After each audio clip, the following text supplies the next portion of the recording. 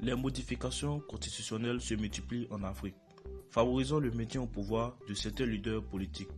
La limitation du nombre de mandats, une route encore longue, car nombreux sont ceux qui veulent rester au pouvoir. Après l'introduction, je vous montrerai les présidents africains voulant briguer un troisième mandat ou du moins rester au pouvoir. Mais d'abord, n'oubliez pas de vous abonner et de laisser un pouce bleu.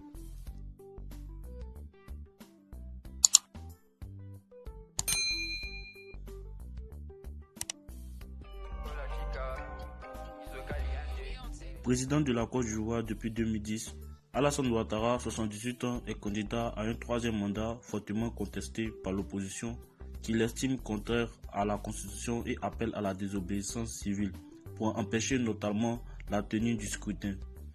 Alors que l'élection est prévue le 31 octobre, des violences ont éclaté dans plusieurs localités du pays, provoquant la mort d'une trentaine de personnes depuis le mois d'août. Pour le chef d'État ivoirien, qui est revenu sur l'annonce de son retrait après la mort en juillet de son premier ministre et successeur désigné, Amadou Gon Coulibaly, il n'y a pas cependant raison de reporter le vote ou de retirer sa candidature. Le président Faure Gnassingbé, au pouvoir depuis 2005, pourra se représenter à la fin de son mandat actuel de 5 ans qui prendra fin en 2020. Après la fin du mandat actuel, le chef de l'État togolais pourra briguer 2 autres mandats et rester au pouvoir jusqu'en 2030. Cette réforme est l'un des principaux enjeux de la crise politique qui secoue le pays de l'Afrique de l'Ouest.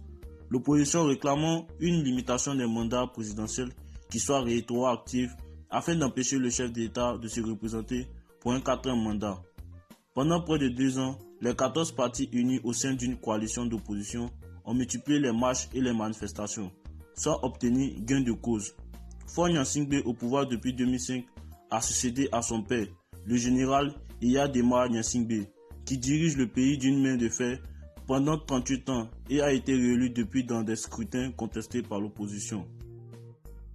Le président ougandais Yoweri Museveni, au pouvoir depuis plus de 34 ans, a été désigné mardi candidat à la prochaine élection présidentielle prévue début 2021 par le parti au pouvoir. Le mouvement de la résistance nationale, à 75 ans, M7 comme il est surnommé, est le seul président que la plupart des Ougandais connaissent, dans un pays où un habitant sur 2 a au moins de 16 ans. À l'initiative du parti au pouvoir, la constitution avait été modifiée au courant 2019 pour supprimer la limite d'âge pour briguer la présidence, l'autorisant ainsi à se présenter pour un 6e mandat en 2021. Museveni avait accédé au pouvoir après avoir renversé avec son ami de résistance nationale, NRA, le régime despotique de Mitterrand Obote, au terme de 5 ans de lutte.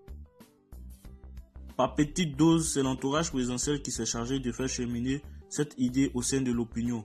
En retrait face à ces physiques qui s'attirent toutes les critiques, Alpha Condé, opposant pendant un quart de siècle, élu en 2010 puis réélu en 2015, a laissé prospérer ses messages subliminaux destinés à préparer les Guinéens à voir leur constitution modifiée pour remettre le compteur de ses mandats à zéro. L'opposition guinéenne s'est insurgée contre ce changement constitutionnel assimilé à un coup d'État. Ce référendum a été boycotté. Il a déclenché des manifestations de masse. Ses efforts pour rester au pouvoir ont fait craindre que la Guinée ne suive que le chemin de certains autres pays africains dont les dirigeants ont refusé de démissionner après l'expiration de leur mandat. Allez les amis, c'est tout pour cette vidéo. N'oubliez pas de vous abonner, de laisser un pouce bleu et aussi de commenter. À bientôt.